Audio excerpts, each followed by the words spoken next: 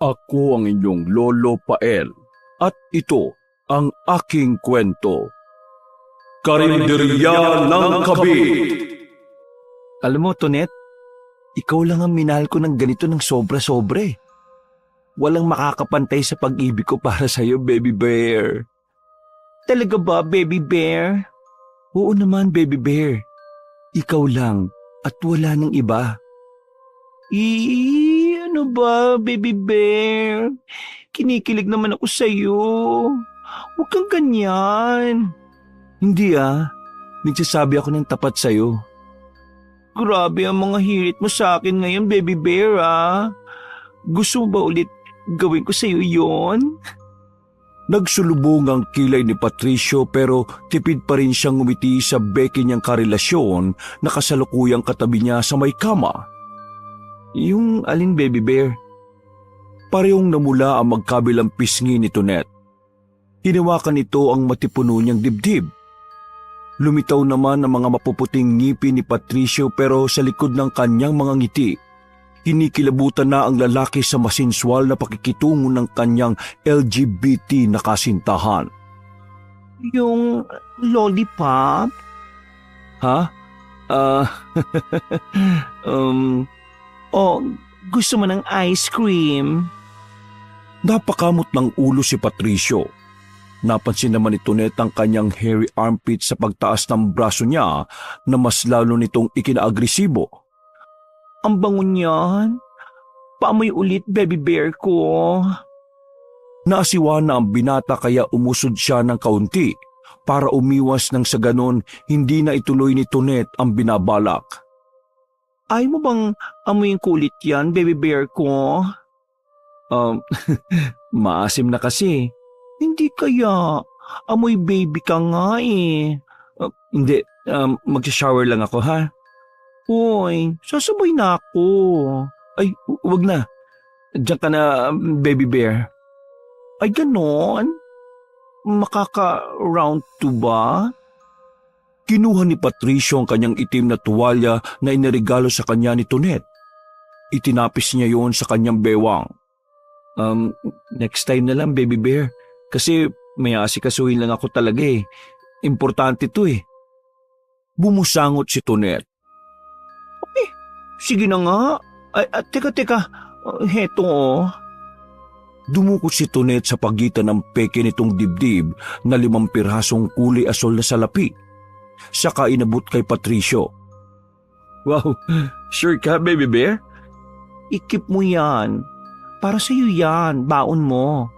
Wow, salamat baby bear Baby bear, wala bang dagdag na 5 pa? Humirit pa ang gwapong binata sa syotan niyang binabae. Baby bear, bakit? May paggagamitan lang ako eh. Importante to, baby bear. Papalaguin ko to para sa magiging future natin. Ay, ang sweet.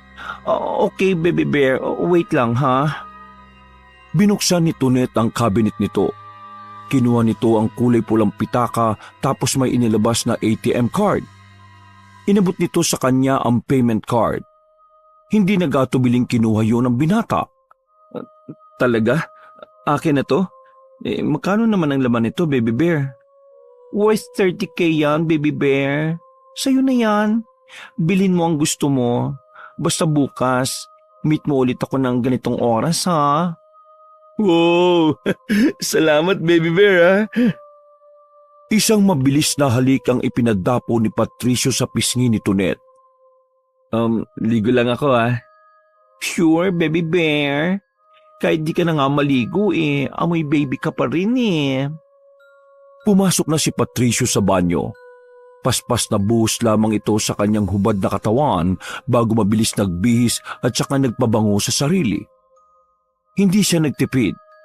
Nakakaakit ang amoy ng pabango. Amoy tsokolating animoy kinain na siya ng buong buo. O paano? Alis na ako, baby bear, I love you. I love you too, baby bear.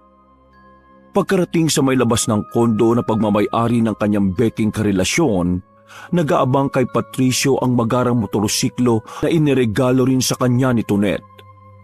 Umangkas siya sa maangas na sasakyang yon at mabilis na pinaharurot ng binata. Isang buwan ng karelasyon ni Patricio ang bahagi ng federasyon na si Tonyo na ang tawag ng karamihan dito kapag gabi ay si Tonet.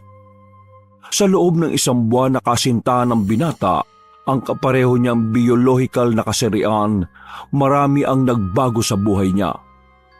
Maliban sa sariling motorsiklo, may sarili na rin siyang malaking bahay at lupa na iniregalo sa kanya ng beking si Tonet noong ika-25 kaarawan niya noong nakaraang linggo.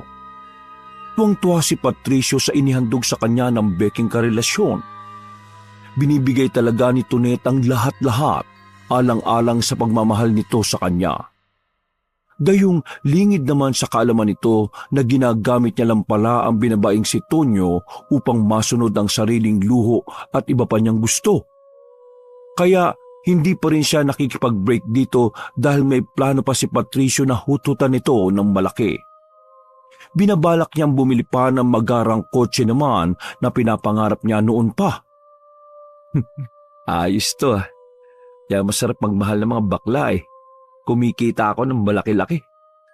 Isang kamahan lang eh. Haba, tiba-tiba na kaagad ako.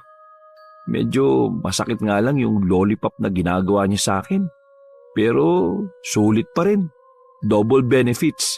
Dobling kasarapan. Sigaw ni Patricio sa isip na ikinalawak ng kanyang ngiti. Speaking of dobling kasarapan, aba, mahaba na naman ang pila ngayon ni Mahal ah. Saka, bango. Papunta pa lang, naamoy na agad ni Patricio ang mga masasarap na putahing hinahanap niya sa kainang yon. Kumalam na agad ang kanyang sikmura. Kaya pala agad siyang umalis sa kondo ng kasintahan niyang si Tonet. Nagmamadali siyang makarating ng maaga sa kainang yon na dinudumog na agad ng mga tao. Hininto niya ang motor sa harap ng karinderya na pagmamay-ari ng kanyang kabit. Sinita pa siya ng naunang nakapila sa naturang kainan na yon na sa dulo raw siya ng likuran pumila. Napangisi naman si Patricio sa matabang customer na sumita. Hindi ako nandito no, para mag-aksaya ng panahon para pumila. Umarko ang kaliwang kilay na matabang customer. Humalukip-kip pa ito at nagtanong sa kanya kung bakit. Arugante naman niya itong sinagot. Ha? Hindi niyo ba alam? Girlfriend ko yung may-ari ng karinderyang yan, no? Di kalaunan, iniluwas sa nakasaradong kainan noon ang isang babaeng nasa edad 50 na. Bakit may kaguluhan ba? Ay, mahal, ikaw pala. Ang aga mo ah. Madaling araw pa lang. Namiss kasi kagad kita eh. Yung mga luto mo, lalo na ito. Mabilis na hinalika ng binata sa labi ang may edad na babae. Naging matunog ang papyaw na paghalik na yun sa dalawa. Halata naman sa reaksyon ng matabang parokyanong nasa unahan maski ang mga nasa likurang nitong nakapila ang pagkagulat sa kanyang ginawa sa sikat na nagmamay-ari ng karinderyang yon. Tumingin si Patricio sa matabang sumita sa kanya na pumila sa pinakadulo. Umiwas na lamang ito ng tingin sa kanya na tila nanliit sa hiya. Ano ba mahal? Baka kung anong sabihin nila. Ang dami pa namang marites dyan. Masyado ka mapusok. O bakit mahal? Kinakabahan ka bang baka malugi ang negosyo mo dahil sa ginawa ko? Saka ituring mo naman akong matured na boyfriend mo. Hindi na ako bata para pagsabihan ng ganun, mahal. Ikinahihiya mo ba ako? Hindi naman. Nabigla lang kasi ako sa ginawa mo. Masyado kayatang nasabik sa akin. Niyapos ni Aling Marita ang binata sa kanyang bewang. Talaga. Pero yung luto mo talaga yung pinunta ko rito eh. Ganon? Ibig sabihin mas mahal mo ang mga luto ko kaysa sa akin? Kaya nga kita minahal ng sobra dahil sa mga luto mo eh. Dahil masarap kang magluto. Namula na ang magkabilang pisngi ni Aling Marita sa banat ni Patricio. Mahina niyang sinuway ang binata. Ikaw talaga, Patricio? Shh, mahal. Ay, mahal pala. Alam mo naman, huwag mong babanggitin ang pangalan ko, di ba? CS lang natin yun. Ay sus, Kayo talaga mga kabataan, no? Mga makasarili. Selfish ako pagdating sa'yo kasi sa akin ka lang. Para ng kamatis ang buong mukha ko, mahal. Ikaw talaga, oh. Kurtin kita sa singit dyan, eh. Sige na nga, pumasok ka nga muna sa loob. Aatakihin pa yata ako sa puso nito. Luto na ba yung paborito kong sisig at bopis? Oh, huwag ka magmadali, mahal. Pinapalambot ko pa yung karne para sa iyo. Sige na, pasok na muna tayo. Bahagyang binuksan ni Aling Marita ang pinto ng karinderya at pinalusot ang binata. Umangal ang matabang customer na nasa unahan ng pila. Nagpaliwanag agad ang may edad na babae. Oo nga po, customer ko kayo. Pero yung pinapasok ko po, kakilala ko po yun. Kasintahan ko. Kaya maghintay pa po kayo ng 1 oras. Magbubukas din po ako. Namayani ang animoy bubuyog ng mga bulong-bulungan matapos nitong sumunod na pumasok sa loob ng karinderya. Sabay na malakas na isinara ang pinto. Pinaupo siya ng ginang. Nagkangusuan pa sila bago bumalik si Aling Marita sa kusina. Grabe, mahal. Ang bango-bango talaga ng mga luto mo. Amoy pa lang hindi na libre. Amoy pa lang busog ka na. Talaga? Sus, bolero. Oo, promise. Hindi ako nagsisinungaling. Dapat nga yung makikiamoy sa luto mo may bayad na rin . Pero sa iyo, mahal, kahit amoy, tikim o lamon man yan sa mga niluto ko, libre ko na para sa iyo. Kasi may libreng oras ka sa akin palagi. Kita mo, ang aga-aga, nandito ka na kagad. Saka amoy tsokolate ka pa. Ikaw ang mas masarap. Hinimas ni Patricio ang nag-aalburuto niyang tiyan.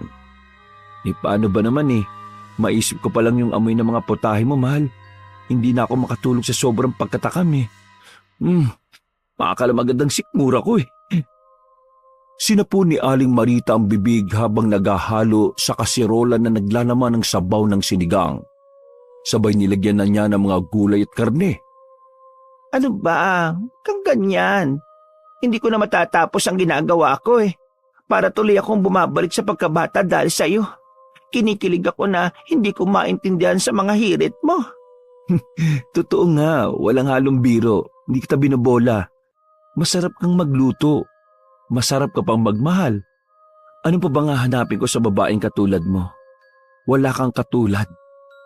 Nadagdagan ng sigla ni Aling Marita sa mga naging banat ni Patricio, kaya pinagbutihan pa niya lalo ang pagluluto. Matapos maluto ang sisig at bopis na hiniling ng binata, madaling pinagsilbihan ng ginang si Patricio. Hinain nito sa 2 magkahiwalay na platito ang kanyang nirequest sa ginang. Salamat, mahal . O sige na, mahal, kumain ka na. Parehong tumaas sa magkabilang kilay ng binata. Gahul na nagsundok ng 1 tasa ng mainit-init na kanin si Aling Marita dun sa kusina at bumalik din kaagad. Walang pag-aalinlangang pumapak ang binata ng bopis at sisig. Pagkalunok, napangiti si Patricio at nag-thumbs up sa ginang. Panalo, mahal. Walang makakatulad sa luto mo. Sobrang panalo sa lasa. Sarap! Walang pagsidla ng tuwang nararamdaman si Aling Marita sa papuring natanggap nito sa mas bata nitong nobyo. Pinapanood na lamang ng ginang ang karelasyon na lumalamon hanggang sa maubos ang kinain nito. Humirit pa si Patricio ng 2 tasa ng kanin sa ginang. Madaling pinagbigyan siya kaagad ni Aling Marita. Nang masiyahan at naging mapintog na ang tiyan ng binata, pinapasok na ng may edad niyang nobya ang mga customer. Humalik naman si Patricio kay Aling Marita bago sumibat sa karinderya. Pagkarating sa malaking bahay niya sa isang village sa bayan ng Malabon, nagubad kagad si Patricio ng damit at saka pantalon. Tanging boxer short lamang ang itinira niya sa kanyang katawan bago humilata sa malambot na king-size bed. Ay, nako, nakakapagod . Pero sulit naman. Grabe ang araw na ito. Bagot na kinuha ni Patricio ang cellphone niya sa ibabaw ng tukador. tinawagan niya ang kumpare niyang si Hilario na katandem niya sa mga kalokohang ginagawa. Gaya niya, marami rin itong naging karelasyon, pero pinipirahan lang din ng kanyang kaibigan. Sumagot si Hilario sa kabilang linya. O pre, napatawag ka ha. Kumusta ang pagiging playboy ha? Stop calling me playboy, uy. Hindi bagay. Kaya lang naman ako naging playboy dahil pinayayaman ako ng baklang yun eh. Sige, oportunista lang. Teka, kumusta yung pagiging oportunista mo ha? Pinagdiinan ni Hilario ang huli nitong salita sa pagtatanong. Eto, tiba-tiba pre. Magiliw na sagot ni Patricio sa kabilang linya. Mainam at naati mo nang magkasabay ang amoy lupang matanda at amoy malansang bakla ng mga karelasyon mo ngayon. Bumangon siya at hukot na naupo ng maayos sa ibabaw ng kama. Tumaas ng sabay ang magkabilang balikat ni Patricio. Well, si Tonet na una kong gay friend. Alam nga namang sabihin kong girlfriend, no? Hindi naman siya girl. Kaya ayun, binigyan niya ako ng malaki sa pamamakla ko sa kanya. May sariling bahay, lupa, at motor na nga ako eh. You know that, di ba? Nakakubra ako ng ATM sa kanya worth 30,000 pesos ngayon. Uy! Painom ka naman pre. Ako wala pa eh. Mahihina yung mga nabibingwit ko ngayon eh. It's just sexual arousement ang napapakinabangan ko sa kanila. Pre, diskarte lang. Di ba? Ikaw nga nagsabi sa akin yan dati. Advice mo, di ba? Ewan ko ba pre? Alam ba pre, kaunting-kaunti na lang. Maabot ko na rin yung pangarap kong mag-arang kotse saka isang mansyon din na may swimming pool. Matapos nun, ihiwalayan ko na rin tong si Tonet. Wow pre, bigatin ka na talaga ha. Yung matanda. Ayun, si Marita the old lady. Nakakalibre ako ng masasarap niyang pagkain sa karinderya. O di ba, diskarte lang. Busog na ako, may pera pa ako ng marami. Yabang ah. Pero pre, kung may pagkakataon samahan mo ako sa karinderya ng matandang kabit mo. Balita ko, masarap talaga yung mga pagkain sa karinderya ni Marite, the old lady. Sikat na sikat. Haba, kaya nga ako na-inlove dun dahil sa mga luto niya. Sus, na-in love? Totoo ba? Oo, sa luto hindi kay Marita mismo. Narinig ni Patricio ang mahinang tawa ni Hilario sa kabilang linya. Bumalik naman siya sa pagkakahilata sa malaking kama at pumaitang ekspresyon. Oh, bakit pre? Eto pre, tanong ko lang Diba, hihiwalayan mo yung bading na una mong naging karelasyon kapag nakuha mo na yung gusto mo sa kanya. Si Aling Marita na ba yung ipapalit mo dun sa bading? Bumiling si Patricio ng padapa sa naging katanungan ng kanyang kaibigan. Bang klaseng tanong yan, Hilario. Siyempre, mahirap pagsabihin kapag dalawa, no? Huwag mo akong igaya sa'yo na apatan na pinagsasabay-sabay mo. Kailangan natin bitiwan ng isang pinagsawaan para matutukan yung isa. Ganun lang yung pre. Akala ko ba, laro-laro mo lang yung bakla at matanda? Oo, pero yung bakla muna yung uunahin kong hiwalayan. Umay na ako Buti pa yung luto ni Marita. Kahit ilang beses kong tikman hindi nakakaumay. Pre, ganito na lang. Bakit di mo na lang kayang pagsabaying hiwalayan para hindi ka na mahirapan? Dahil ba masarap ang luto ng matandang Marita na hinahanap-hanap ng panlasa ng dila mo? Kinontra kagad yun ni Patricio. Hindi pre, babae kasi si Marita. Ganon. Parehas lang din naman silang hindi ka mabibigyan ng anak Hindi na doon nakasagot ang binata. Pinakinggan na lang niya ang sunod na pahayag niya tungkol doon. Yung isa, walang matres. Abang yung isa, yung isang pipiliin mo na may-ari ng sikat na karinderya. Bulok naman yung matres. Sige nga, magkakaroon ka ba ng anak sa matandang yon? So, sino pipiliin mo sa dalawa? Lumipas ang ilang minuto, muling nagsalita si Patricio. Ay, may punto ka nga pre Napakamot na lamang siya ng ulo. Kaya kung ako sa iyo pre, gamitin mo lang yung bakla at matanda sa pansarili mong pangangailangan. Saka mo sila sabay na hiwalayan. O, ayos ba? Naunang sumagot si Patricio ng malalim at mahabang buntong hininga niya ang kaibigan bago problemado't nababagot na nagsalita. Sige pre.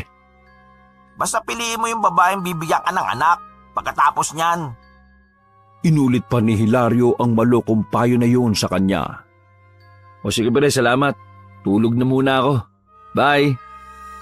Hindi na niya hinintay pang sumagot si Hilario sa kabilang linya.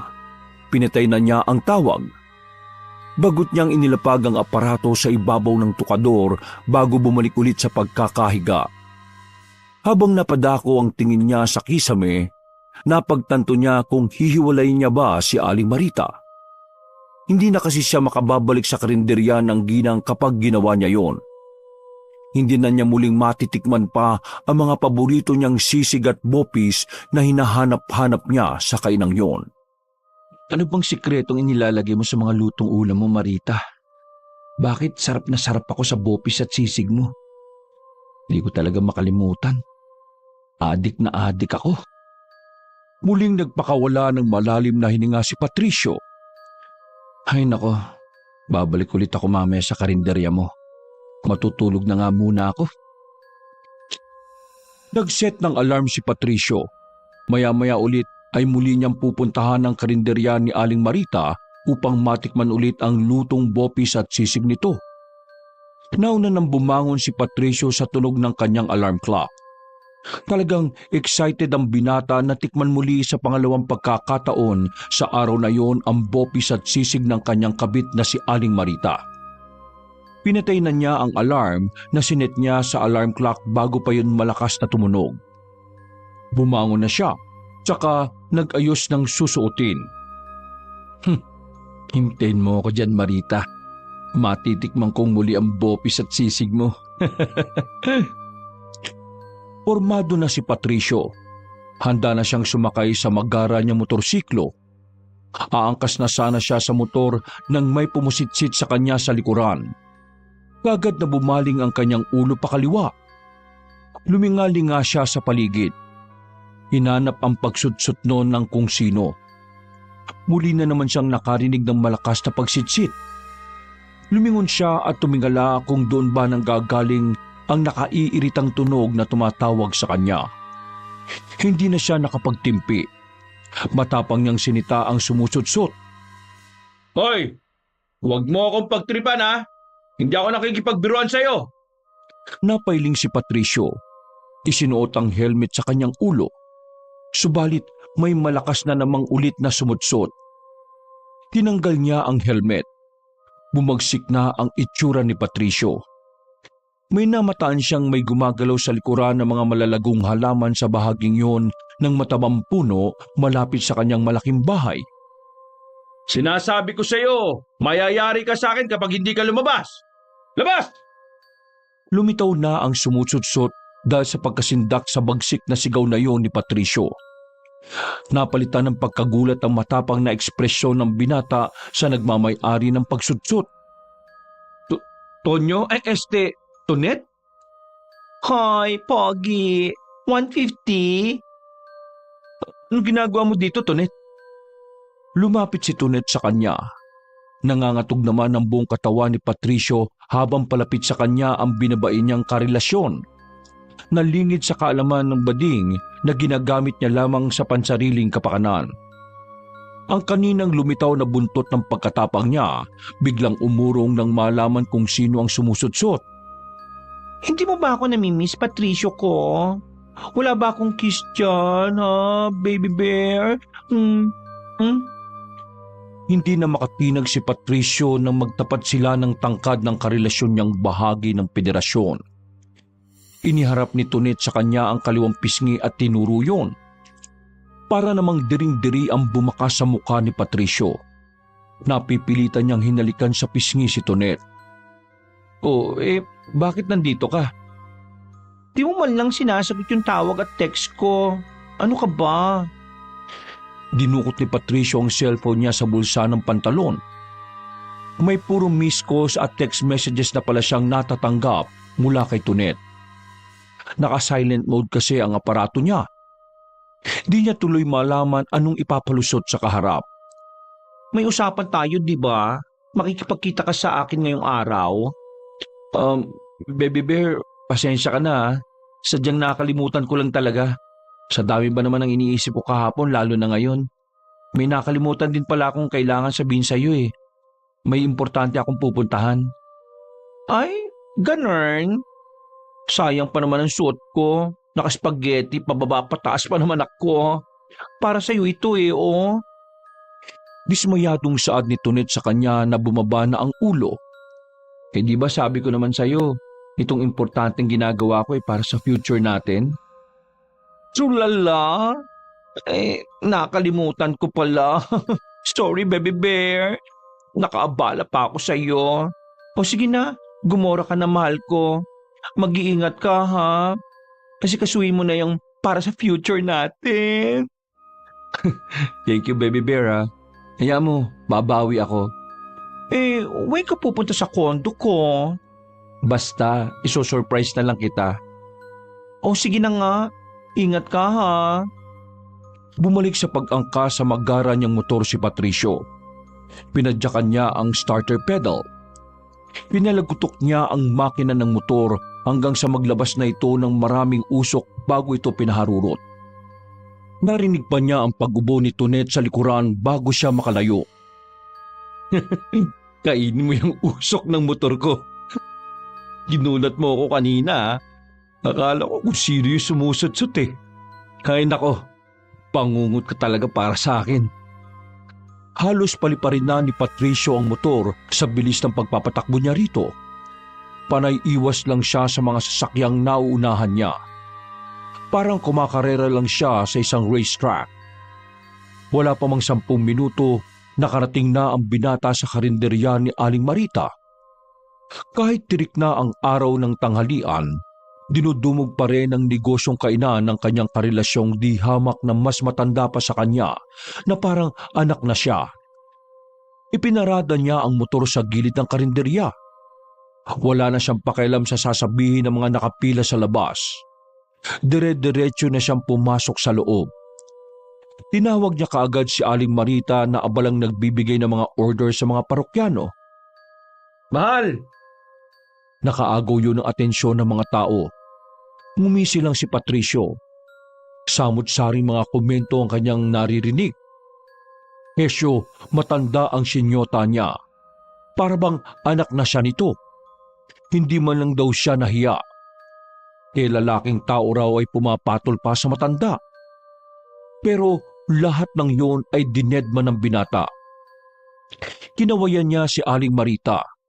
Nagtaas din ng kamay ang tinderang ginang na nagsasaad na teka lang.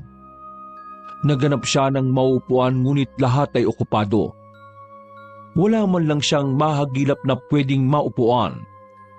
Sumingit na lamang siya sa mga tao. Pumasok siya sa loob ng kusina na nagsisilbing bigayan ng bayad at order ng naturang tindera at kusinera. Sinaway naman siya ni Aling Marita sa walang pakundangang pagtrespass niya sa kusina nito. Mahal, bakit ka pumasok dito? Hindi mo ako pinapansin eh. Nakikita mo naman busy ako, hindi ba? Ang dami kong customer. Pinakitaan na siya ng ginang ng pagkainis nito. Mas mahalaga pa ba yan kaysa sa boyfriend mo? Malamang, Patricio. Negosyo ko to eh. May kung anumang kurot naman ang sumibat sa puso ni Patricio sa binitiwang salita na yun ng ginang. Bumaba ang tingin niya sa sahig. Ganon? O sige, naalis na nga lang ako. Pagtatampo niya at tangka na sanang lalabas ng kusina. Teka lang, mahal. Tsaka lang. Hintayin mo ako dyan. Ano bang gusto mo, sisig at bopis? Di ba? Kabisado na kita eh. Oo, pati kanin.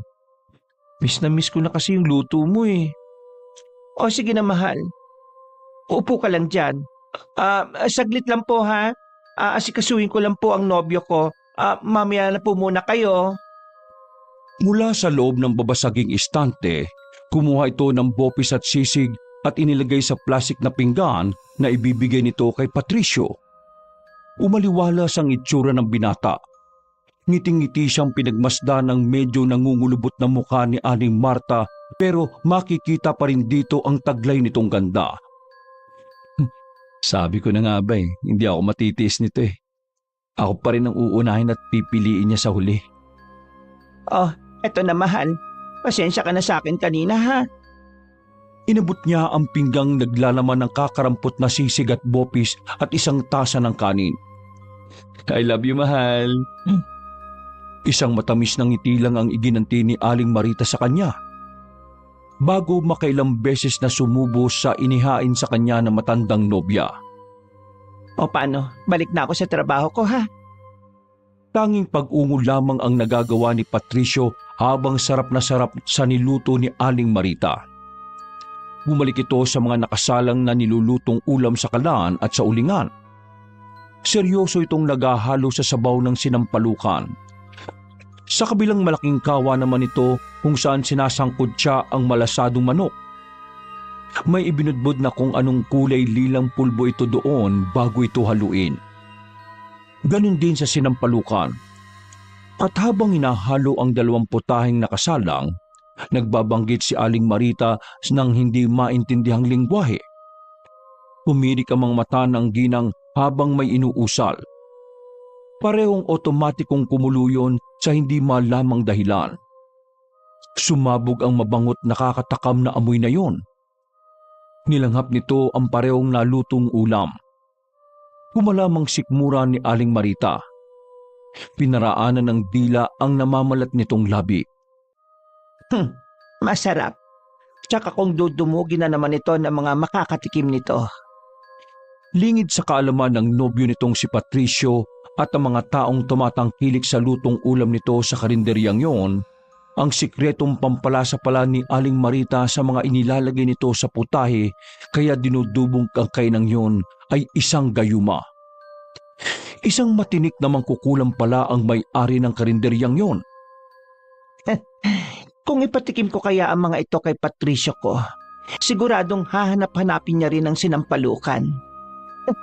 Patricio, hindi ka na makakawala sa akin. Akin ka lang. Nakatatlong balik na kain ng bopis at sisig ng libre si Patricio sa karinderya ng kanyang kabit na karelasyon. Kagaya kaninang madaling araw, para na naman siyang buntis habang hinihimas ang tiyan. Puputok na nga yata ang tiyan niya sa sobrang kabusugan. Mahal, baka gusto mong tikman yung bagong luto kong sinampalukan at sangkot siya. Heto sabaw ng sinampalukan, pampainit ng tiyan. Kagad na tumanggi ang binata. Ha? Hindi na. Hindi na, mahal. Hindi ko nakakayanan eh. Baka magbururos pa ako sa daan kapag pinatulan ko pa yan. Ganun ba, mahal? Gusto mo, ibalot ko na lang ang mga ito para sa'yo? Pwede ba? Libre? Oo naman. Ikaw pa ba? Lagi naman, di ba? Binalot na ni Aling Marita sa 2 magkahiwalay na supot ang sinampalukan at sangkot siya na bagong luto nito at inabot sa kanya. Heto mainit pa yan. Pag-ingatan mo, baka mapaso ka. Salamat. I love you. Sige, mag-ingat ka sa iyong pag-uwi, mahal. Paglabas ng karinderya, nilanghap ni Patricio ang amoy ng binalot ni Aling Marita para sa kanya. Napatirik na mga mata ang binata. Sobrang bango nun. Hindi na siya makapaghintay pang lantakan yon sa bahay. Isinabit niya ang plastic bag sa hand clutch. Nagpasabog na naman siya muli ng puting usok sa paligid. Nakarinig siya ng mga reklamo ng taong nasa labas ng karinderya ni Aling Marita. Malakas niya lang pinagtawanan ng mga yon na ubo ng ubo. Pagdating sa malaking bahay, inilagay na niya sa 2 magkahiwalay na mangkok ang sangkot siya at sinampalukan. Pinahupa muna ni Patricio ang punong tiyan. Nang matunaw na niya ang mga kinain sa tiyan, handa na ulit ang kanyang metabolism. Nagsandok si Patricio ng kanin sa kanyang pinggan. Humigop siya ng mainit na sabaw ng sinampalukan. Humagod sa kanyang lalamunan ang mainit na likido hanggang sa tiyan. Ginanahan siya sa paghigop bago ilagay sa kanin ng laman at mga gulay. Kumuha na rin siya ng laman ng sangkutsa. Kinagat niya ang karne nun. Napapaungol na lamang siya sa sobrang sarap. Grabe. Wala kang katulad talaga, Marita. Sobrang sarap ng luto mo. Panalong panalo to. Aniya, habang ngumungoy at ninanamnam ang karning yon. Lumigay si Patricio sa kabusugan. Tuloy pa rin siya sa paglantak. Napapapikit na nga lang siya sa sobrang kasarapan. Nahinto lamang si Patricio sa pagnguya ng kinakain nang may makagat siyang kung anong gumagalaw sa kanyang bibig. Nagkrus sa magkabilang kilay niya. Seryoso niya yung iniluwa. Nahindik siya sa nasaksihan. Isa yung uod na kumikibot-kibot pa. Dumako ang tingin niya sa dalawang mangkok na naglalaman ng sangkutya at sinampalukan. Tuluyan na siyang nasuka ng puro uod ang lumalangoy sa sabaw ng sinampalukan at natirang sarsa sa sangkutya. Subalit tila wala yatang lumalabas sa kanyang lalamunan. Ayaw makisama ng kanyang sistema. Binalik niya ang tingin sa hapagkainan. Pinusot-kusot pa niya ang mga mata. Wala na yung mga uod na kumikibot na nasa dalawang mangkok. Ha? Namamalik mata lang ba ako? Tinanggal niya sa isip ang mga nagpakita sa kanyang uod. Niligpit na lamang ni Patricio ang mga pinagkainan. Hindi niya naubos ang sinampalukan at sangkutya. Nawala na siya ng gana. Nasa utak pa rin niya ang mga malilikot na nilalang na yon na nagmistulang sahog sa lutong ulam na matanda niyang karelasyon na kanyang maituturing na kabit. Dahil sa walang magawa sa araw na yon, naisip ni Patricio na mag-withdraw sa ATM card na ibinigay sa kanya ng binabai niyang syota na si Tonet. Naglabas siya ng 5K. Lumitaw sa utak niya ang tukso. Hindi na niya inabala pa si Hilario na mag-inom. Sigurado kasi siyang busy to sa pambababae. Gusto niyang isugal yun at palaguin. Natatakam din siya sa inuming nakalalasing. Sa pamamagitan ng pagkakalasing niya, nakalimutan na niya yung mga gumagalaw na uod at bulate. Isang kilalang bar ang pinuntahan ni Patricio. Pagkapasok niya sa bar na yun, narinig niya kagad ang boses ni Tonet. Nasa harap ito, sa maliit na entablado kung saan nagtatanghal at ine-entertain ng mga taong nanonood sa kanya. Doon pa lang, naisip ni Patricio na sa comedy bar na yon kumakayod si Tonet bilang isang komedyante. Napuno ng halakpakan ng lugar na yon nang bumanat ng nakatatawang linya si Tonet. Napapasaya nito ang mga tao sa pamamagitan ng mataba nitong utak sa pagpapatawa. Tinablan ng konsensya ang binata. Nagtatrabaho ito ng marangal para may maibigay sa kanya. Alang-alang sa pag-ibig nito na ibinuhos ito para sa kanya. Samantalang siya, ginagamit lamang niya si Tonet upang makamit ang pangarap niya na walang kahirap-hirap. Luho at walang iba pa. Umalis na si Patricio sa comedy bar na yon.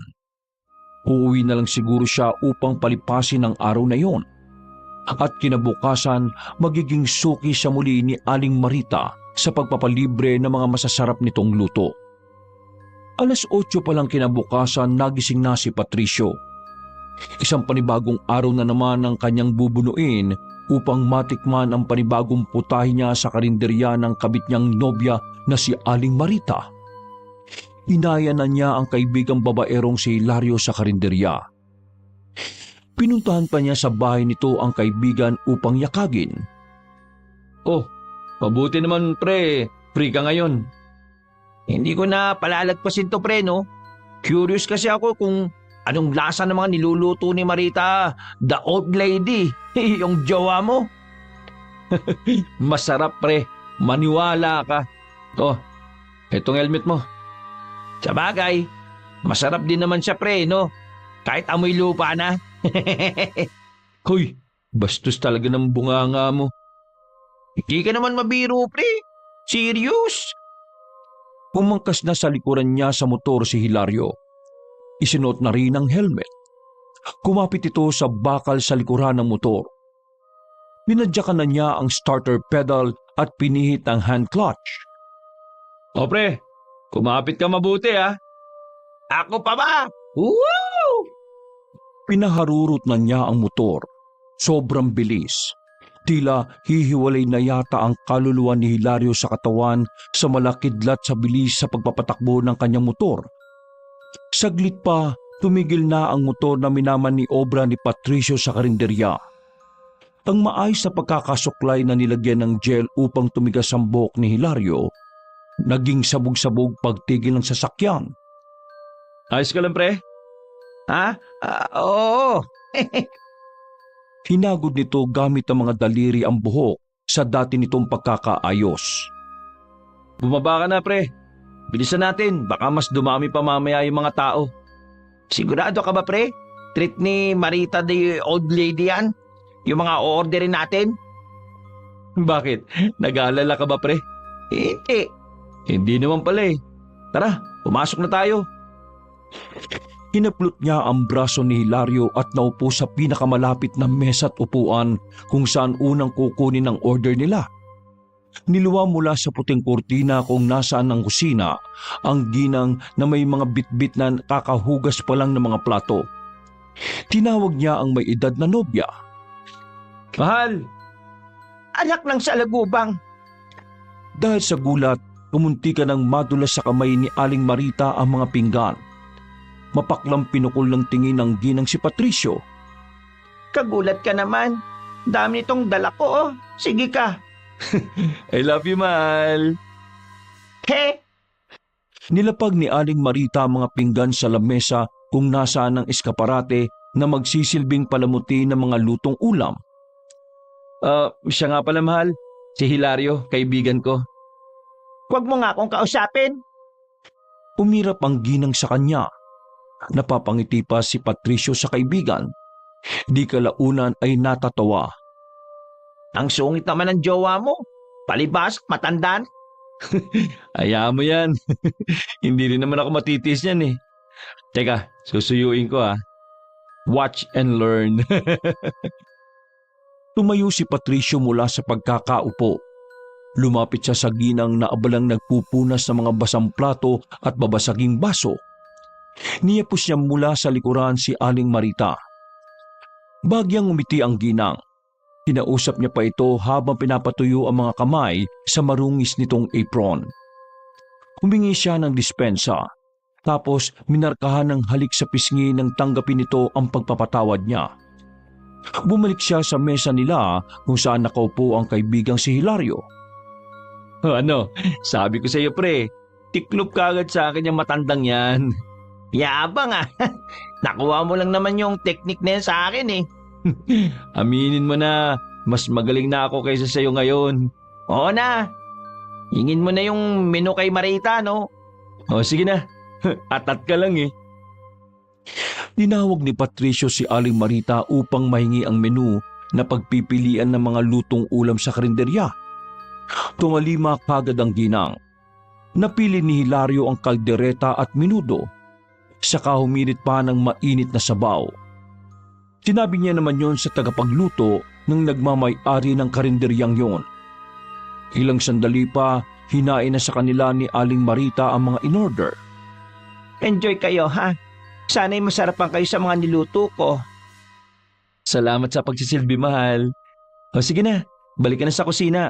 Marami ka ng customer oh.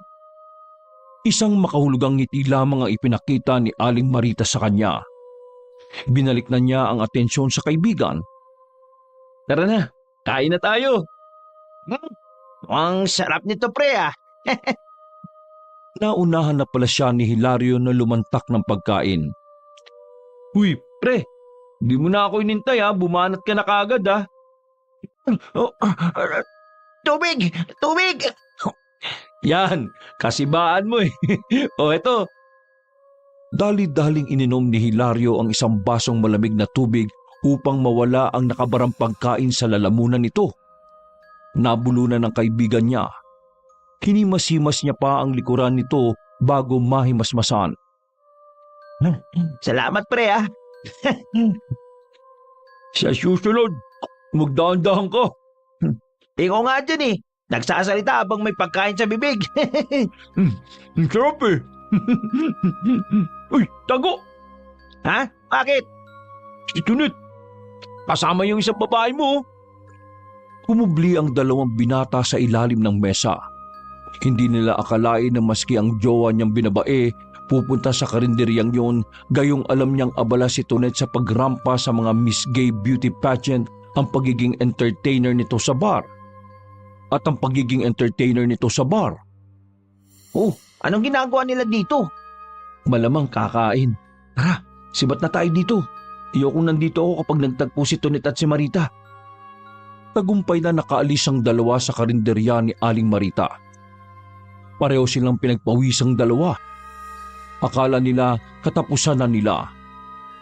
Baka kapag nagkataon, doon pa magsabungan ng dalawa kapag naalaman ni Aling Marita na jowa niya ang gay na si Tunet.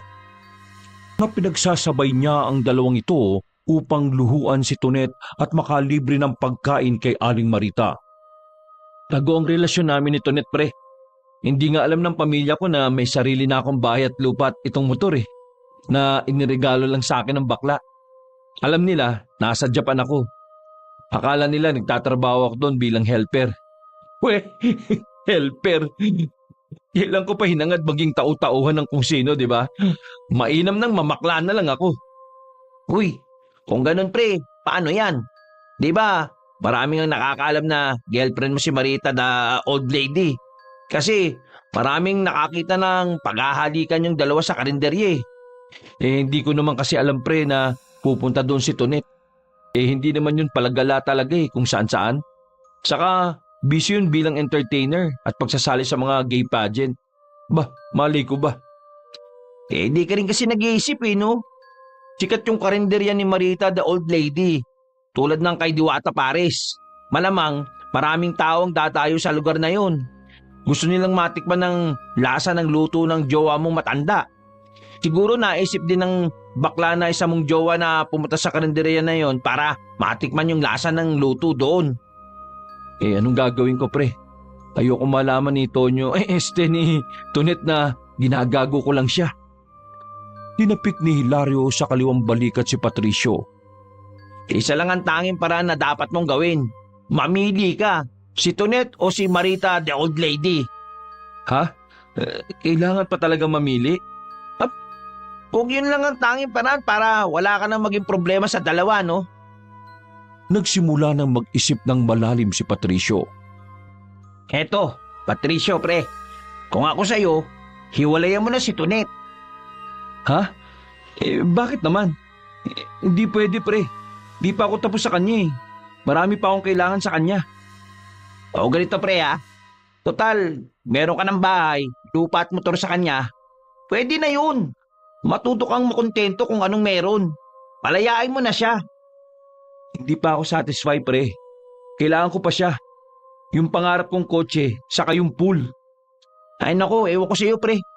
Binibigyan lang kita ng ideya Desisyon mo pa rin naman yung masusunod Nagnilay-nilay si Patricio. Inisip niyang maigi ang mga sinabi sa kanya ni Hilario. Tama ito. Kung hihiwalayan niya si Tunet, wala na siyang magiging problema kung malaman itong karelasyon niya rin si Aling Marita. Dahil hiwalay na nga sila. Wala na itong hahabulin pa mula sa relasyon nilang dalawa. Closure ang kailangan niya mula kay Tunet. Tama ka nga pre. O di ba? Tapos noon, malaya ka na sa baklang yun. Kay Marita the old lady ka na lang. Hindi pre. Hindi ko hiwalayan ang minsang naging kabit ko na. Masarap magluto Kailangan sa buhay ko ang masarap magluto. Sa bagay, kung ako yan, aasawahin ko na yan si Marita the old lady. Uy! Joke lang. Pero pera biro sobrang sarap magluto ng jowa mong kabit na yan Sikat na sikat pa. Panigurado, mayaman na rin yun. O di ba? Kung sakaling mawalan ka ng isang Tunet na binigyan ka ng bahay, lupa at motor, may kapalit naman na mas bigatin pa. Tumango-tango na lang si Patricio sa mga sulsol ng kaibigan. Nakisakay siya at nakiayon dito. May punto rin naman kasi ang mga binitiwan nito. O ano na pre, Dediretso ako sa kondo. Paghatid ko sa iyo sa bahay nyo. Wag na pre. Diretso mo ako kina Trixie. Doon sa may Camagong Street. May schedule ako sa kanya O sige na. Nakakatatlong Trixie ka na. May isang taga Camyas. Yung isa taga Trinidad. Di ka ba nalilito pre? Tumawa na lang ang binatang chickboy sa likuran niya. Bago iniliko ang motor na tinungo ang kalye ng Camagong. Paghatid ni Patricio sa kaibigang sa bahay ng babae nito, dumiretso na siya sa kondo ni Tonet. Kinakabahan man, desidido na siyang makipaghiwalay dito. Alang-alang sa peace of mind niya. Pagkapindot ng doorbell, sabay siyang nagpakilala. Pinapasok agad siya ni Tonet na namumutok ang makeup sa mukha. Maigpit siya nitong niyakap na kanya din namang ginantihan. I miss you so much, baby bear ko. I'm glad that you're here. Pumala si Patricio sa pagkakayakap kay Tonet. Halata ang pagkasabik nito sa kanya. Maski ang boses nito ay mahahalatang kagagaling lang sa pagkalumbay. Come inside, my baby bear. Alam mo, marami akong ikukwento sa iyo. At wag ka, heto pala, may ipapatikim ako sa iyo. Do you hear Aling Marita's Eatery?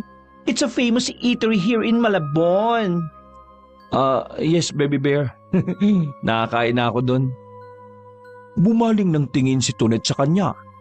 Napaiwas din kagad siya ng tingin. Ganun ba? Hindi ka man lang nag-aya, baby bear? Ka pumunta doon. Ha? Last month pa, baby bear? Napangiwi si Patricio sa kanyang pagsisinungaling. Well, anyway, pagsaluhan na lang natin itong itinake out ko sa eatery ni Aling Marita. Grabe, super delicious niya, baby bear. Hero, ininit ko lang ng bahagya yung dinuguan. Sobrang malasa talaga. Come on, upo ka here, my baby bear. Hinapik-tapik ni Tonet ang upuan na may malambot na sapin. Pag-upo niya, sa kanya hinanda ang mga pinggan.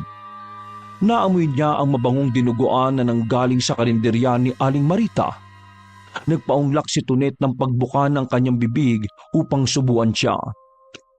Heto na ang airplane, baby bear. Pasok na. Pinukarin yun ni Patricio at ninamnam ang dinuguan sa pamamagitan ng pagmuya. Napapatirik na lamang siya ng mga mata sa sobrang sarap. Wala talagang katulad yung luto ni Aling Marita na kanyang pipiliin sa puntong ito. Pagkaubos ng kinakain, nag-request si Tonet na mag-movie marathon silang dalawa. Susulitin daw nilang dalawa ang araw na yon na magkasama. Isang horror movie ang pinanood nila, The Conjuring. Tili ng tili naman si Tonet habang may lumalabas na hindi kaaya-aya sa screen. Panayakap ito sa kanya na pinagbibigyan niya na lamang dahil yun na ang huling araw na makikita silang dalawa. Matapos manood, sinunod na nilang dalawa ang ginagawa nila palagi sa kama sa tuwing makikita silang dalawa. Halos 1 oras din ang tinagal bago sila napagod sa kanilang ginagawa. Hinawakan siya sa dibdib ni Tonet. Nagpaubaya siya sa kung anong kamanyakan ang gagawin sa kanya ng bading na yon.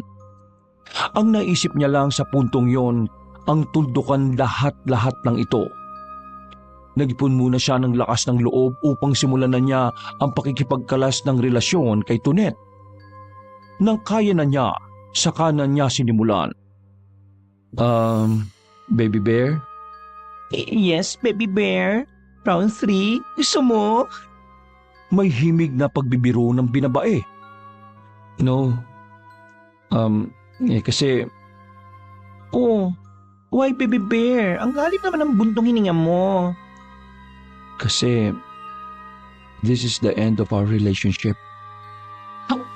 Oh, why baby bear?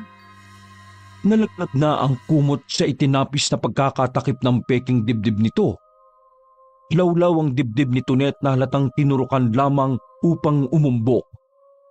Gusto kong tapusin na natin ang relasyon natin na to.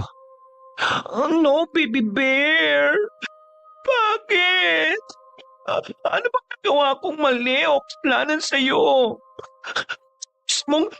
Iwalay! Umalis si Patricio sa kama. Nagsuot na siya ng pantalon at t-shirt pati sapatos. Baby Bear! Sabihin mo sa akin, ano bang kasalanan ko? May nagawa ba ako? May hindi ba ako nabigay sa'yo?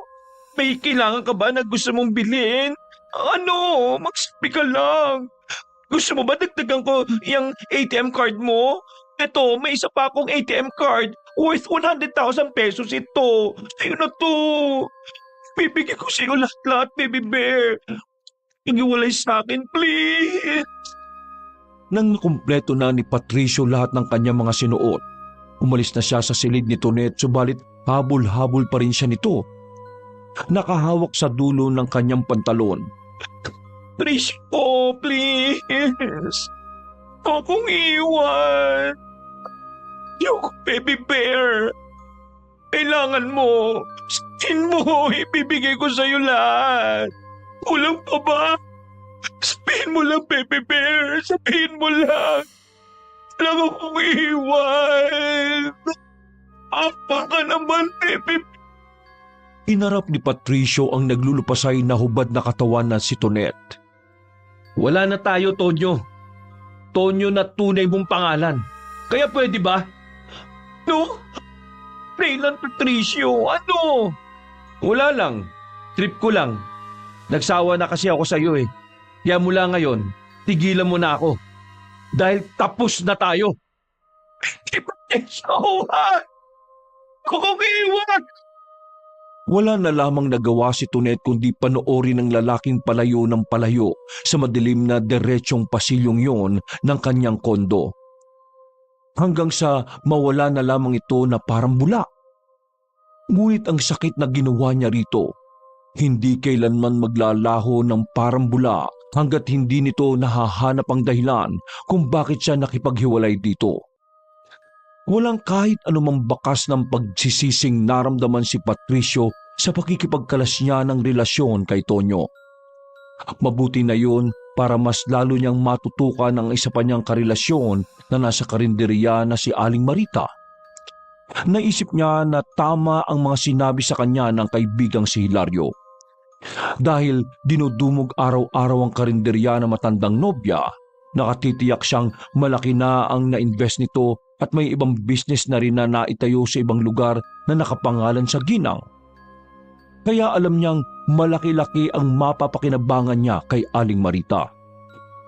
Tumagay si Patricio sa tropa niyang si Hilario sa bahay nito.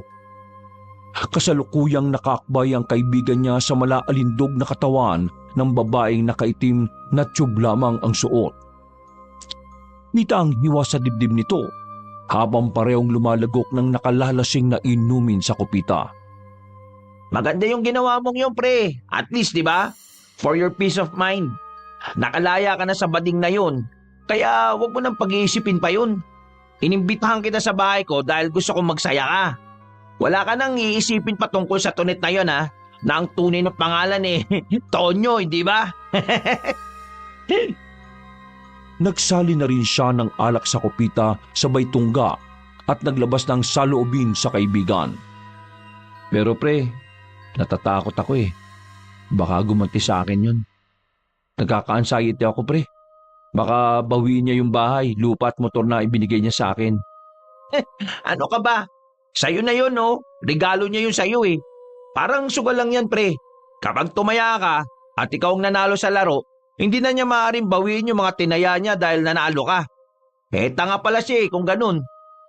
Sali-sali siya sa laro tapos gaganti siya. Walang ganun. Kapag naglaro ka, walang dapat mapikon kapag natalo. Di ba, babe? Sumang-ayon ng babaeng inakbayan ni Hilario. Hinawakan nito ang baba ng babae at masuyo itong hinalikan. Bahagyang nailang si Patricio. Dumakot siya ng pulutang mani at nagpaalam na gagamit ng banyo. Maglabing-labing muna kayo dyan, pre. Tinatawag lang ako ng kalikasan. Pinabayaan na lang ng binata ang dalawang nag-uumpisa ng sumiklab ang apoy sa isa't isa. Tumungo siya sa CR na nasa likuran pa ng kusina ni Hilario. Hirap siyang buksan ang pintong yon sa hindi niya malamang dahilan. Hindi niya batid kung sira lang ba yung siradura o baka may nakaipit na kung anong nakaharang sa likod ng pinto ng palikuran. Sa pagpupumilit niyang mabuksan yon, namula na ang mga palad ni Patricio. Ay naku naman, ano ba buksan to? Ibak na ako yun. Gustuin man niyang magpatulong kay Hilario na mabuksan ang pinto ng CR, pero ayaw na rin naman niyang maistorbo ang dalawa na sa puntong yon ay may nangyayari ng milagro sa naririnig niyang ungol ng babae. Sinubukan niyang puwersahin ang pagbukas sa pinto. Nagtangis na ang mga ngipin niya pero ayaw pa rin mabuksan. Hindi ko na alam ang gagawin ko dito Umiri na siya noon at halos malapit ang lumabas ang laman ng kanyang tiyan sa puwetan. Sa patuloy na paghatak niya ng seradura, nahagip niya sa gilid na may nakadikit na sticker na nagsasaad ng push to open. Napatalpak na lamang sa mukha si Patricio at itinulak niya ng bahagya ang pinto. Madali niya yung nabuksan. Ay tanga-tanga mo, Patricio! Tawang-tawa ang binata na napapakamot na lamang ng ulo sa naging katangahan niya sa simpleng pagbubukas lamang ng pinto ng banyo. Hinubad niya ang salawal at kaagad na naupo sa trono. Nilabas niya ang lahat ng naipon sa tiyan. Hinaplos niya ang tiyan pa ibaba. Smooth lamang ang paglabas niya ng sama ng loob. Huminga siya ng maluwag nang sa ganun madaling makalabas ang dumi sa katawan. Sa patuloy na pagdudumi, napamulagat siya nang makarinig ng pagtangis na kung saan. Umieko yon sa kulob na silid ng banyo. Lumingalinga siya sa paligid. Gumuhit ang pagtataka sa kanyang mukha. Ngunit wala naman siyang ibang kasama doon kundi siya lamang. Makailang beses na umiling si Patricio. Tinanggal niya sa isip ang narinig na pagtangis. Kinumbinsi niya ang sarili na baka dulot lamang yon ng epekto ng alak kaya kung ano-ano ang naririnig. Subalit halos tumalo ng puso niya sa gulat nang makarinig muli ng boses ng pagtangis. Patricio! Tonet? Pamilyar na pamilyar sa kanya ang boses na yon na umeeko sa loob ng banyo. Di siya maaaring magkamali na si Tonet yon. Ang labis niya lang na ipinagtataka, bakit niya naririnig ang pag-iyak ng binabae niyang ex sa banyo? Baby bear ko! Huwag ginawa sa akin ito, baby bear! Tinakpan niya ang magkabilang tenga. Pilit niyang pinapatigil ang patuloy na pag-iyak na yon ni Tonet, subalit kahit anong awat niya ay nanunuot pa rin sa kanyang kalamnan ang pagtangis na yon ng dati niyang kasintahan. Bakit mo ko iniwan, baby bear ko? Snap ko nagkulang. Sorry kung minsan may hindi ako ibigay sa'yo. Patawakan mo ako, baby bear! Iwan mo na ako! Ano ba, Tonyo? Ingay mo! Hindi kita iiwan, baby bear. Dahil mahal kita. Gano'n naman talaga kapag mahal mo ang isang tao, di ba? Hindi mo iiwanan. Pero ikaw, baby bear, bakit itinaboy mo ako? Hindi mo na ba ako mahal? Sinabunutan ni Patricio ang sariling buhok para na siyang mababaliw habang sumisigaw. Hindi! Hindi kita minahal! Hindi kita kailanman minahal, Tonet! Minahal lang kita dahil sa pera mo! Sa kung anong kaya mong ibigay sa akin! Kaya pwede ba? Lubayan mo na ako! Rinting-rinting na ako sa'yo! Mas lalong umalingaw-ngaw ang pagtangis na yon sa pandinig ni Patricio. Hindi na maawat ang pagagulgol ni Tonet na nanunood sa kanyang kalamnan.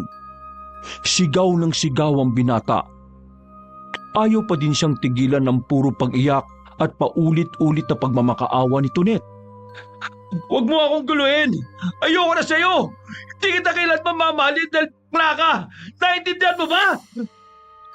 Ikinubli sa kanyang mga braso ang ulo niya sa ulo. Hindi pa rin mahinto ang kakatuwang ginagawa ni Tonet sa kanya. Di kalaunan may nagbukas na pinto. Nadatnan siya ni Hilario na nakaupo pa rin sa trono ng banyo habang nakayukyok sa hita. O pre, ano ba nangyayari sa'yo? Nag-aalalang tanong nito sa kanya na ikinatakot niya ng gusto. Huwag ka lalapit! Diyan ka lang! Sinasabi ko sa'yo! Uy pre, si Hilario to, ang kaibigan mo. Ha? Pre, ikaw pala yan? Si Tonet!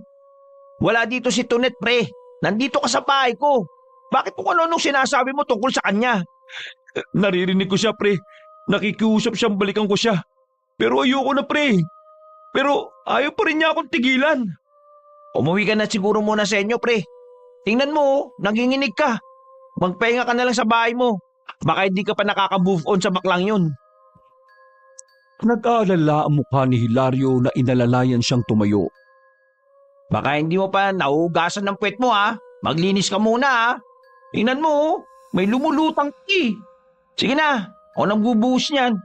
Yung puwet mo na lang, may sabit-sabit pa eh. Ew, diri ka oh. Matapos makapaglinis ng sarili ni Patricio, nagpasya na siyang umuwi sa kanyang bahay upang ipahinga ang sarili. Sinunod niya ang sinabi ni Hilario. Baka nga dahil sa kalasingan o nagigilty sa nangyari sa kanila ni Tonet, kaya kung ano-ano na lamang ang naiisip. Mahalaga siguro na ipahinga niya ang sarili ng mahaba.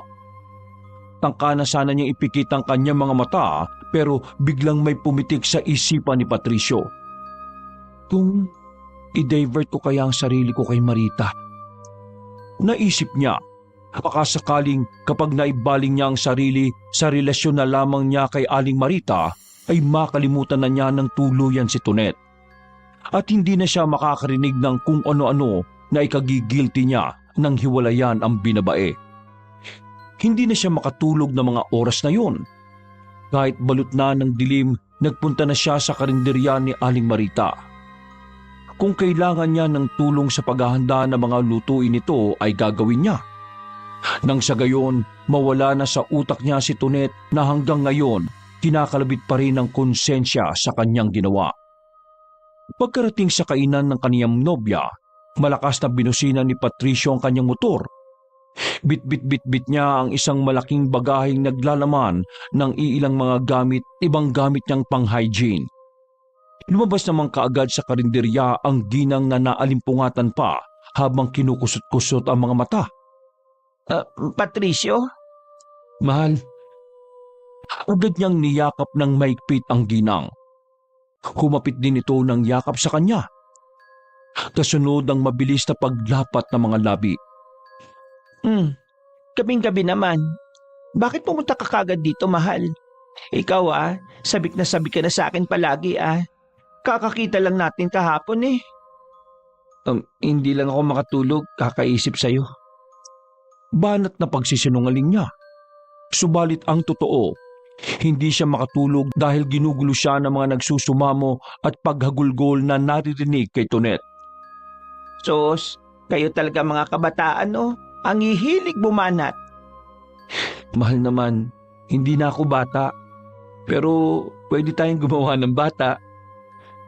Umismid si Aling Marita sa kanyang hirit. Takko, nakakailang ka na ha. Paluin kita sa puwet dyan. Ilan bang gusto mong bata, mahal?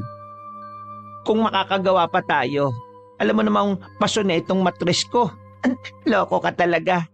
E di mag-aampon. Pumasok na nga tayo sa loob. Marami tayong dapat na gawin. Tulungan mo ko sa pagluluto ha. Pabor na pabor naman si Patricio doon. Oo naman Ako pa. Pagsisilbihan kita, mahal. O sige, heto ang listahan. Mamayang madaling araw ka na bumili ng mga yan ha. Sarado pa sa ngayon ang palengke. Sure, mahal. Sabay nang pumasok ang magkasintahan sa loob ng karinderya. Nalanghap naman ni Patricio ang nakatatakam na amoy na yon. Inamoy niya si Aling Marita. Sa matanda pala nang gagaling ang amoy ng nagpapatakam sa kanyang sistema. Mahal, anong gamit mong pabango? Amoy ulam ka eh. Ha? Ay, wala yon. Huwag mong isipin ang pabango ko. Yung kasi ang lagi kong naamoy sa mga luto mo dito sa karinderya eh. Nako mahal nagkikrave tuloy ako sa sisig at bopis ngayon. Pati sa sinampalukan at sangkutsa mo. Hinimas niya ang nag-aalburuto niyang tiyan.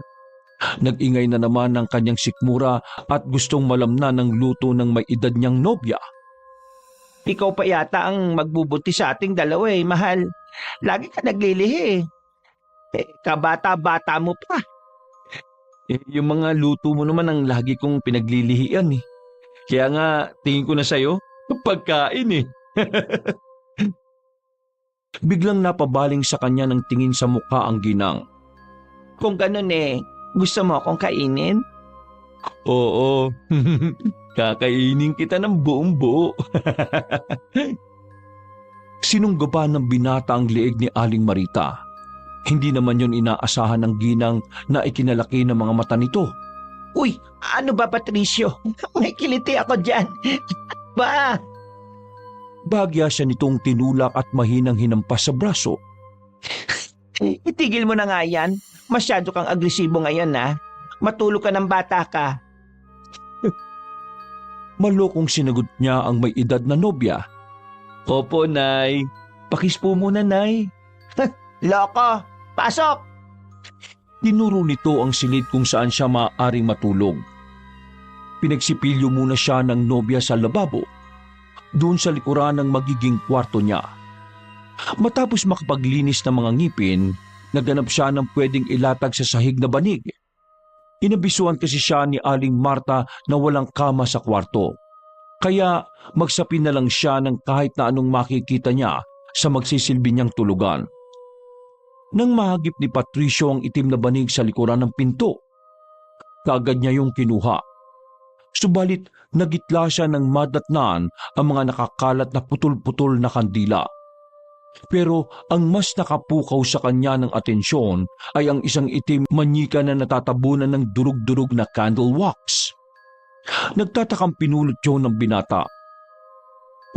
Bakit meron nito si Marita? Matanda na yun Naglalaro pa rin siya nito? Siya palang bata, isip bata. Inihagis niya pabalik ang itim na manika sa mga pira-pirasong itim na kandila. Ipinagkibit-balikat na lamang niya ang mga naisip. Hindi na niya uuriratin pa yon kay Aling Marta. Ang mahalaga sa kanya, nakakakain siya ng masarap na pagkain sa matanda ng libre at mahuhututan niya rin ito ng malaking halaga.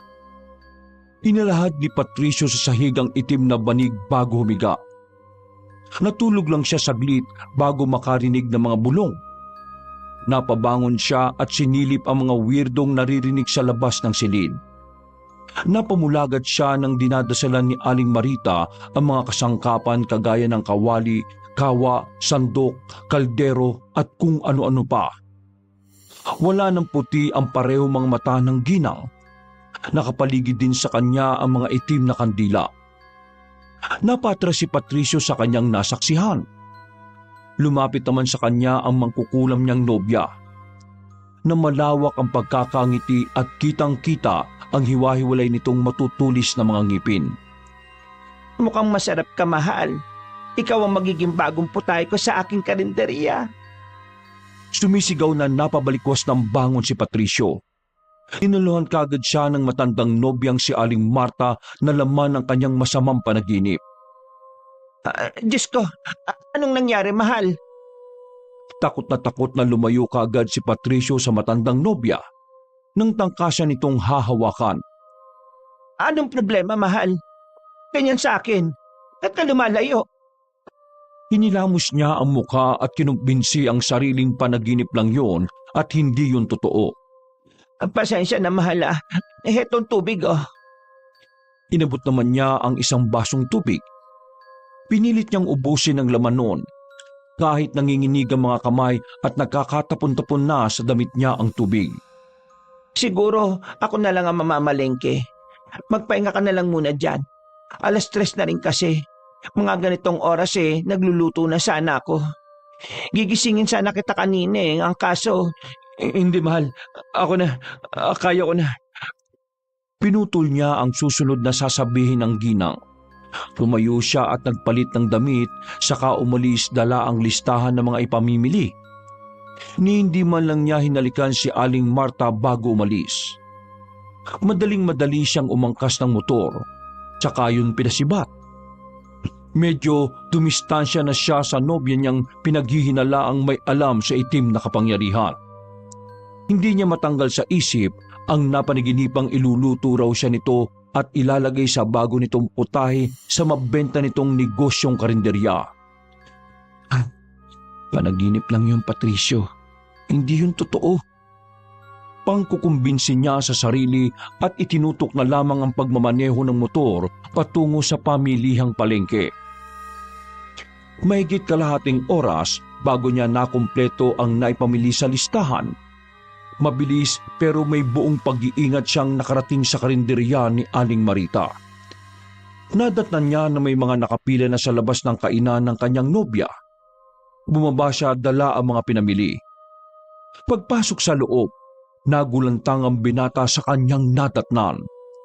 Para siyang naistatwa sa kinatatayuan nang makita ang kanyang ex na kinukumpronta si Aling Marita. Tonet? Humarap ang binabaing niyang ex na mugto ang mga mata. Bumalasik ang itsura nito sa pagtatagpo nilang muling dalawa. Ayop ka, Patricio. Kaya pala lakas-lakas ng loob mo makipag-iwalay sa akin dahil pinagpalit mo na ako sa matandang ito. Tumigil ka, Antonio. Huwag kang gumawa ng iskandalo sa karinderya ko, pakiusap. Pinagay ko sa iyo lahat, Patricio. Pero ano ginawa mo? Sinayang mo lahat ng paghihirap ko. Pwede ba, Antonio? Hiwalay na kayo ni Patricio at ako na ang pinili niya. Wala ka nang dapat habulin sa kanya. Wala na kayo, kaya umalis ka na. Tumahimik ka, tanda! Tonet, hindi ka ba nakakaintindi? Si Marita na ang pinili ko. Tapos na tayo. Kaya pwede bang tigilan mo na kaming dalawa at huwag ka na magpapakita pa? Napayuko si Tonet. Pag-angat ng muka, kinilabutan si Patricio at napaatras sa anyo nito. Babayaran mo lahat ng ito, Patricio. Gumawa ka ng desisyon na sigurado akong pagsisisihan mo habang buhay. Tinalikuran na silang dalawa ni Tonet, palabas ng karinderya. Nahintakotang siya sa pagbabanta nito pero sa kabilang banda, nakahinga na siya ng maluwag. Wala nang gagambalang Tonet o Tonyo sa kanilang pag-iibigang dalawa ni Aling Marita. Pabayaan mo na siya, mahal. Ang importante, nagmamahalan tayong dalawa. Akin na nga yung mga pinamili mo at maluto na yan. Inabot niya ang mga supot na kanyang pinamili kay Aling Marita. Nag-aalinlangan naman niyang kausapin ito na mag-asikaso na ito sa kusina. Marita, mahal? Bakit? Hindi ka galit? Kumunot ang noo ni Aling Marita. Ano naman ang dapat na ikagalit ko, mahal? Kasi niloko rin kita eh. Hindi ko sinabi sa yung may... Ay nako, mahal. Ayos lang yun. Hindi mo kasalanan ang nangyari. Umibig ka lang naman, hindi ba? Ang importante ngayon, nanatili ka sa akin at hindi mo ko iniwan. Lumangutango si Patricio. Wala na siyang poproblemahin kay Tonet. Ang iisipin na lamang niya kung paano niya mauuto ang matanda para magkaroon ng kaparte sa negosyo nito. Nagpresenta siyang tulungang magluto si Aling Marita nang sa ganoon ay mapabilis ang ginagawa. Pero tumanggi ang ginang at sinabing kaya na nito dahil mabilis itong gumalaw. Baka makaabala pa siya. Maupo ka na lang dyan, mahal. May niluto ko kanina na bopis at sisig. Espesyal ang mga yon para sa iyo. Ha? Talaga? Hindi makapaniwalang tanong ng binata na kanyang ikinatuwa. Oo, espesyal na espesyal. Saad ni Aling Marita na may makahulugang ngiti sa labi. Doon ka maghintay sa kwarto. Ipaghahain na lang kita saglit. Salamat, mahal. I love you. Hindi na hinintay pang gantihan din siya ng I love you ni Aling Marita. Pumasok na siya sa loob ng kwarto at doon naghintay. May nakahanda ng maliit na lamiseta doon na sa kanyang pakiwari magiging mesa niya upang may malapagan ng pagkain. Ang pinagtataka lang niya kung bakit may 3 itim na kandilang nakatirik sa ibabaw ng lamesa. Ang sweet naman ng mahal ko. Ano to? Magde-date kami? Ilang saglit pa bumukas na ang pinto at iniluwanon si Aling Marita na bitbit ang tray na naglalaman ng kanyang mga kakainin. Nandito na ako, mahal. Heto ng paborito mong bopis at sisig. Mahal, bakit may mga kandila pa dito? Ay, ayan ba? Para hindi ka madiliman. May ilaw naman dyan di ba? Pakisindihan mo nga. Hindi. Di ba ganito yung mga date-date na mga bagong henerasyon ngayon? Para mas romantic, may pakandila pa sila. Sa bagay. Sasaluhan mo ba ako? Siyempre. Naupo na silang dalawa na parang pang-Indian seat. Mag-aantanda pa sana si Aling Marita para magdasal pero nauna nang lumantak ng pagkain si Patricio. Takam na takam niyang nilamon ng mga nakahaing pagkain sa lamisita. Sharp naman. Sarap. Halos mabulunan na si Patricio sa sobrang pagkasabik niyang maubos lahat ng yon. Ni hindi man lang nakatikim ang ginang. Imbis na makipag-agawan si Aling Marita sa pagkain ng binata na abalang sumusubo ng sunod-sunod sa kinakain, humikit ito at may inilabas sa bulsa ng kanyang duster. Isang itim na manyika. Nagsimula na itong mag-usal ng dasal. Dumilat siya na wala ng mga itim sa mga mata. Purong puti na lamang habang bumubuka pa rin ang bibig. Orasyon na nakamamatay. May inilabas pa itong karayom. Walang pakundangan itong tinusok ang itim na manika sa bahagi ng tiyan. Dumaing sa sakit ang binata. Ay! Ko! Bago pa makadighay, iniluwan niya ang huling nilunon. Mahal, ano ginagawa mo? Mas diniinan pa ni Aling Marita ang pagtusok ng karayom sa tiyan ng itim na manika. Sinuka na ni Patricio ang bopis at sisig na tutunawin pa lamang niya ng kanyang tiyan. Nahindik siya nang ang kanyang mga isinusuka ay puro mga gumagapang na bulati at uod na. Mahal! Marita! Makukulam ka! Hindi siya maayos na nakapagsasalita dahil tila ba may pumipiga sa kanyang tiyan. Sobrang init noon at habang sinusuka niya ang kinain, mas lalo itong sumasakit at humahapdi. Mahal! Tigil mo na to! Ano ba ito ginagawa sa akin? Tumumba siya sa sobrang panghihina dahil sa pagsutuka. Patuloy na bumubulwak sa nakabukan niyang bibig ang masangsang na amoy ng suka. Ang bopis at sisig na kanyang nilantakan, nag-iba ng anyo at nagmistulang peste na hinalukay pa sa ilalim ng lupa. Dilat ang mga mata ni Patricio na nanlalatang nakatingin lamang sa blankong kisame. Huminto na sa kanyang pandinig ang orasyong patuloy na sinasambit ni Aling Marita. Nilapitan siya ng ginang at maloko siyang initian nito sa ganoong kondisyon. Nanood sa kanya ang kilabot ng magtama ang tingin ni Aling Marita sa kanya na wala ng itim ang mga mata. Akala mo ba mapapaniwala mo ko? Kapisado ko na kayo mga kabataan. Papunta ka pa lang, pabalik na ako. Alam ko na ang magiging estilo mo sa akin matapos mong lokohin ang anak ko. Hindi mo ako maloloko, bata. Patuloy lamang may lumalabas na bulati at uod sa bibig nito habang unti-unting pumipikit ang mga mata. Sino ang anak mo? Nagawa pang magsalita ni Patricio pero hindi kalaunan, nalugutan din ito ng hininga na dilat ang mga mata. Ang nanatiling buhay na lamang sa katawan nito ay ang mga uod at bulating tinamnan ni Aling Marita sa pamamagitan ng pangungulang. Hinila ni Aling Marita ang bangkay ni Patricio patungo sa likuran ng kwarto. Di kalaunan, dumating na ang kanyang anak na katuwang niya din sa pag-aasikaso sa karinderyang yon. Hello, Mother. Ready na ba ang isa nating dagdag na pampalasa?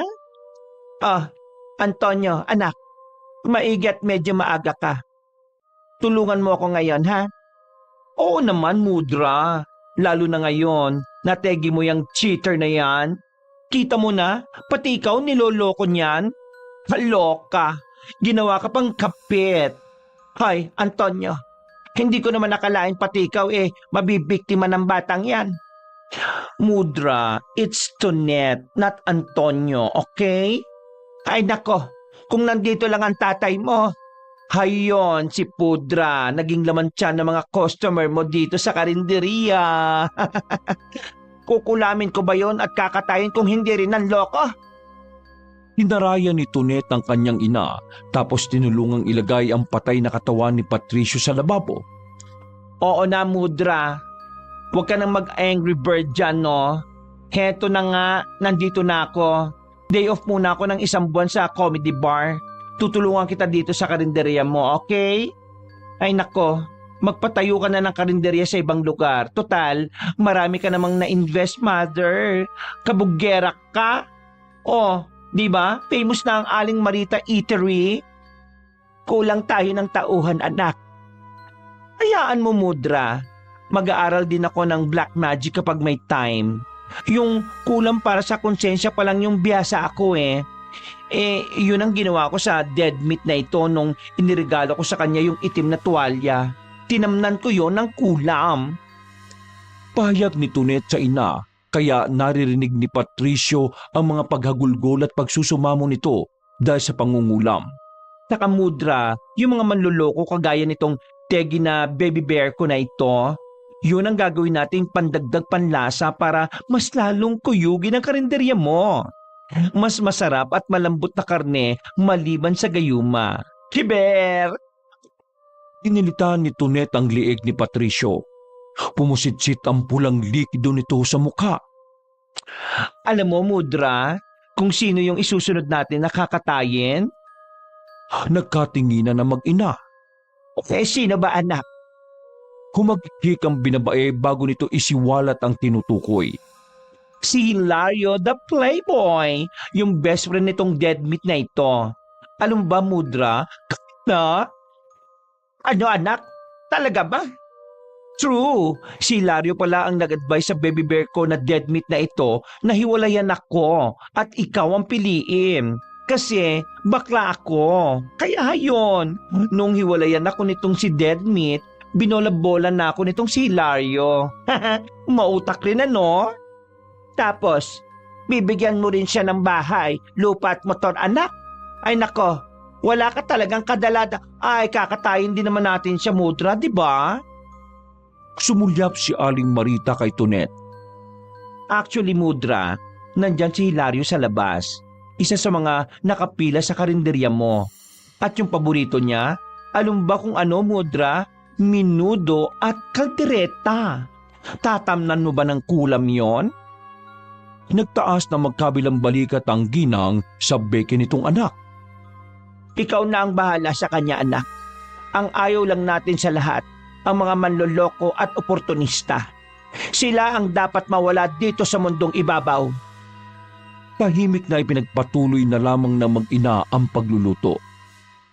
Dumating na nga ang malaking karmang nararapat sa niloko ni Patricio. Malas na nga lang niya ang mag-ina pa na nagmamay-ari ng karinderyang yon ang kanya.